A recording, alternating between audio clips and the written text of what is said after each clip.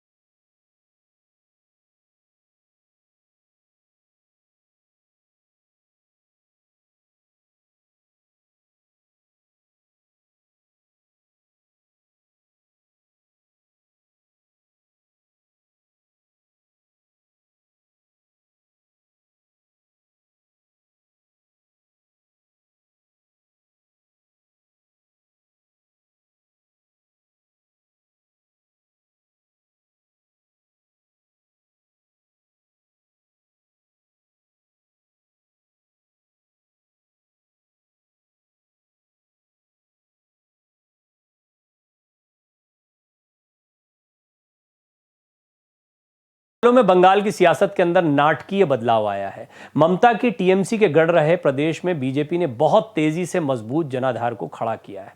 हर ओर कमल की पहुंच देखी जा रही है, महक महसूस की जा रही है। ममता बनर्जी ने सीधे पीएम मोदी को निशाने पर लेना शुरू कर दिया, लेकिन जैसे जैसे वक्त आगे बढ़ा, जांच में दीदी के नेतृत्व वाली राज्य सरकार गहरे भ्रष्टाचार में डूबी नजर आने लगी। इस पर सियासी बयानबाजियां होती हैं, बिल्कुल अलग मसला है। आज बंगाल करप्शन और हड़ताल के जाल को तोड़कर अतीत के विकास को फिर से हासिल करना चाहता है। यह भी एक बात है जो बहुत स्पष्ट तौर पर दिखाई देती है। आप जानते हैं, एक समय देश का वैभव बंगाल से पहचाना जाता था, लेकिन आज क्या बंगाल की वो स्थिति है? ये एक बड़ा गंभीर सवाल है। मोदी की अगुवाई में बीजेपी का वादा है कि हम बंगाल में विकास की बयार चलाएंगे और बंगाल फिर से तरक्की में देश के अग्रणी राज्यों की कतार में खड़ा होगा। किसी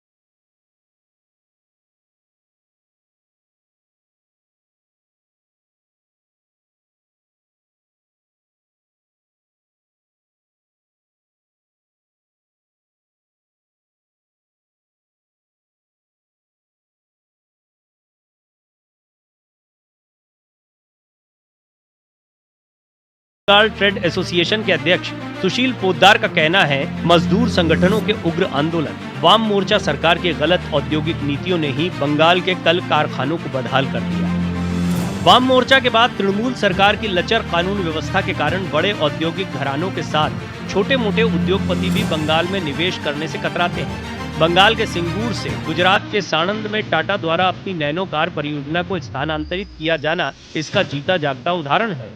लेकिन इतना सब हो जाने के बावजूद टीएमसी का अहंकार नहीं मिटा है। टीएमसी की राष्ट्रीय प्रवक्ता सुखेंदु शेखर राय का कहना है कि हमने सत्ता में आते ही विकास पर ध्यान दिया और ठोस कदम उठाए।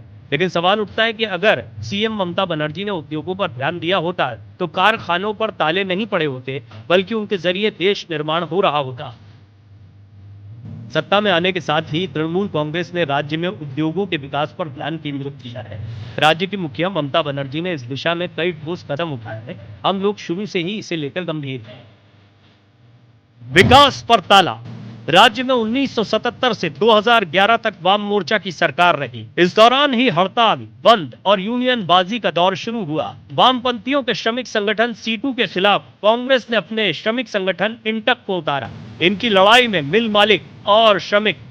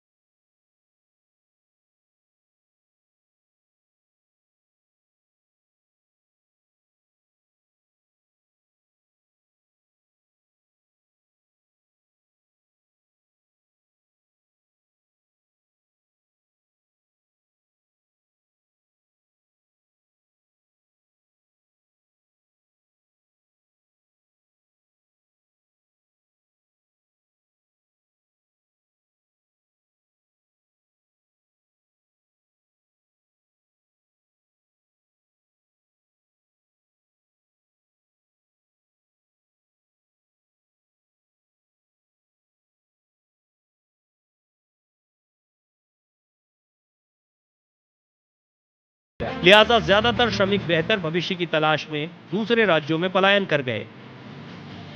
लोकसभा चुनाव में बंद कारखाने बड़ा मुद्दा बन चुके हैं। स्थानीय लोग स्थानीय जनप्रतिनिधि से हाल के वर्षों में बंद हुए कारखानों को खुलवाने की मांग कर रहे हैं। इसके अलावा लोग चाहते हैं कि उनके क्षेत्र में नए उद्योग स्थापित हों, जिससे लोगों को रोजगार मिले। वहीं राजनीतिक पार्टियां भी चुनाव में इसे बड़ा मुद्दा बना रही हैं। उनका कहना है कि जब तक उद्योगों का विकास नहीं होगा, तब तक राज्य की प्रगति संभव नहीं है।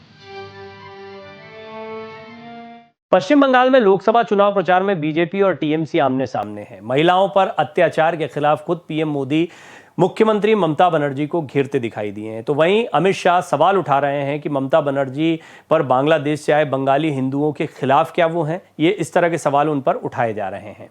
वहीं दीदी का कहना है कि बीजेपी झूठ की राजनीति करती है। पिछले लोकसभा चुनाव में 18 सीटें हासिल करने के बाद बीजेपी विधानसभा चुनाव हार गई थी, लेकिन बीजेपी आलाकमान ने पश्चिम बंगाल में लगातार अपनी ताकत बढ़ाते रहने पर जोर रखा।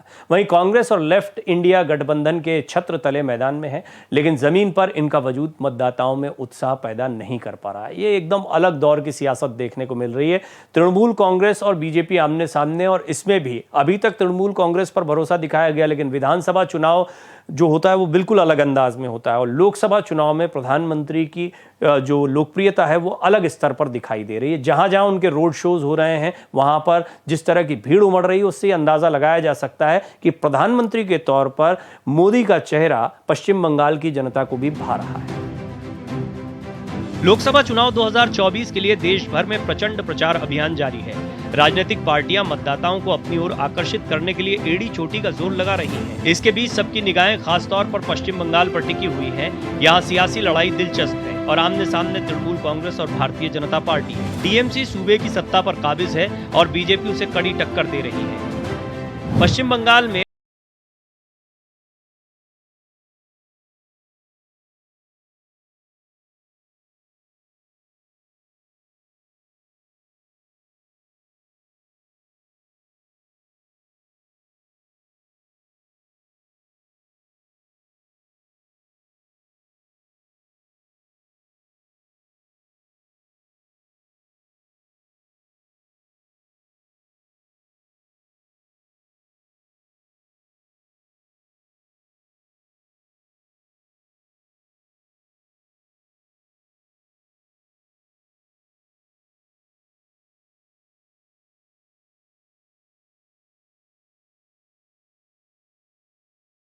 सिर्फ दो बातें करना चाहता हूं। गर्मी बहुत होगी, कितनी ही गर्मी क्यों न हो, सूरज निकलते ही तुरंत मतदान के लिए चल पड़े। सुबह सुबह ही मतदान कर दें। और दूसरा, ये टीएमसी के गुंडे आपको वोट देने से रोकते हैं, पूरी हिम्मत के साथ खड़े हो जाइए। इस बार इलेक्शन कमीशन बहुत जागरूक है। आपके एक एक वोट की ताकत वो समझता है और इसलिए नीडर होकर वोट देने के लिए निकलना है। इस लोकसभा चुनाव में बीजेपी के लिए बंगाल के जरिए देश के पूर्वी क्षेत्र में अपनी धाक जमाने का एक और मौका है। यही वजह है कि टीएमसी बीजेपी पर हमलावर है और पार्टी के नेतृत्व वाली केंद्र सरकार को पूरी तौर से विफल करार दे रही है। মনে রাখবেন, তৃণমূল ভার্সেস বিজেপি, এখানে কংগ্রেস সিপিএম ওদের সাথে লড়াই চলবে। তৃণমূল কংগ্রেস এখানে বাংলায় একা লড়বে, আসামেও লড়বে, यूपीতেও লড়বে। बीजेपी राज्य में बिगड़ती कानून व्यवस्था, भ्रष्टाचार, महिलाओं पर अत्याचार और सीएए के मुद्दे के जरिए ममता सरकार पर हमलावर है। वहीं कांग्रेस और वाम दल अपने अस्तित्व को साबित करने के लिए लड़ाई लड़ रहे हैं। कांग्रेस और वाम दलों का पिछले विधानसभा चुनाव में खाता भी नहीं खुला था। हालांकि 2019 के लोकसभा चुनाव में टीएमसी ने 22 सीटों पर जीत हासिल की थी और कांग्रेस के खाते में भी 2 सीटें गई थी।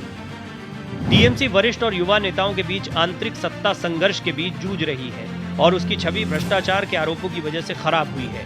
उम्मीदवार चयन को लेकर अंदरूनी कलह और असंतोष देखने को मिला है। संदेश खाली में महिलाओं ने टीएमसी नेताओं पर यौन शोषण और जमीन हड़पने में शामिल होने का आरोप लगाया, जिसे बीजेपी हथियार बनाकर उनके खिलाफ चुनाव में इस्तेमाल कर रही है। बंगाल में बीजेपी की स्थिति की बात करें तो 2021 के विधानसभा चुनाव में हार के बाद संगठन की हालत कुछ बेहतर हुई है। हालांकि राज्य स्तर पर कद्दावर नेताओं की कमी पार्टी को खल रही है। पार्टी का असल मुद्दा काउंटर पोलराइजेशन सीएए के इर्द गिर्द घूम रहा है। नागरिकता संशोधन कानून लेकर सीएए लेकर आए और इस सीएए के खिलाफ ये राहुल बाबा एंड कंपनी, ममता, अखिलेश जी, बहन मायावती, कम्युनिस्ट, सारी की सारी ब्रिगेड सीएए के खिलाफ काऊ काऊ काऊ काऊ काऊ काऊ कर रहे हैं कि सिटीजनशिप अमेंडमेंट बिल, ये सीएए क्या है, इसके खिलाफ प्रचार करा जा रहा है। सीएए के कारण इस देश के मुसलमानों की, इस देश के माइनॉरिटी की नागरिकता चली जाएगी। सीएए बिल को लोकसभा में मैंने पारित किया। वहीं अगर वाम दलों और कांग्रेस की बात करें तो कई क्षेत्रों में जमीनी स्तर पर काम करने वाले नेता नहीं हैं और संगठन अपना अस्तित्व खोते जा रहा है। साथ ही साथ विश्वसनीयता का मसला भी बड़ा है। मतदाता इन पर भरोसा नहीं कर पा रहे हैं। बता दें, बंगाल में वाम दल और कांग्रेस इंडिया गठबंधन का हिस्सा है। किसी भी दूसरे राज्य के मुकाबले पश्चिम बंगाल की महिलाएं अपने वोट और अधिकारों को लेकर कहीं ज्यादा जागरूक हैं और इस जागरूकता की बुनियाद बंगाल में बीजेपी ने ही रखी थी। वहीं बांग्लादेश से भारत आया मतुआ समुदाय बंगाल में बीजेपी के लिए फिर निर्णायक हो सकता है। सीएए के जरिए मतुआ समुदाय के लाखों लोगों को बीजेपी ने भारत की नागरिकता दिलाने का बड़ा काम किया है। पीएम मोदी ने बांग्लादेश दौरे के दौरान खुद इस समुदाय का ध्यान खींचने की बड़ी कोशिश की थी। तो सीए को लेकर जो बड़ी सियासी रणनीति होती रही, उसमें मुस्लिम एंगल भी खंगाला गया, लेकिन एक बड़ी बात है कि वहां पर कई ऐसे अल्पसंख्यक हैं जो अपने देश में सुरक्षित नहीं होते हैं, वो कहां पनाह पाएं। और जब भारत आते हैं तो उनको कई चुनौतियों का सामना करना पड़ता है। उनको नागरिकता दी गई है, तो निश्चित तौर पर ऐसा समुदाय बीजेपी के साथ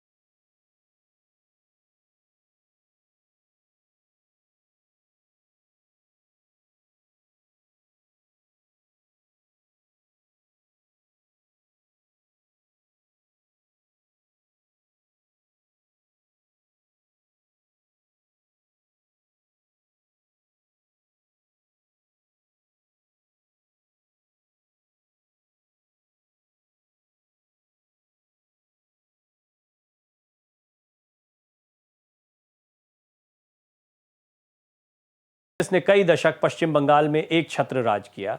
उसके बाद बारी आई लेफ्ट दलों की, जो 3.5 दशक तक प्रदेश की सत्ता में बने रहे। ममता बनर्जी ने कांग्रेस से अलग होकर वाम दलों को बंगाल से उखाड़ फेंका, लेकिन फिर जिस तरह बंगाल में भ्रष्टाचार और महिलाओं पर अत्याचार के मुद्दों ने तूल पकड़ा है, तो बीजेपी ने पूरी ताकत के साथ यहां पर अपना जनाधार मजबूत करने की पूरी कोशिशें की, जिसमें बहुत हद तक सफलता इस नाते भी दिखाई देती है कि बीजेपी की सीटों की संख्या लगातार बढ़ती चली गई है।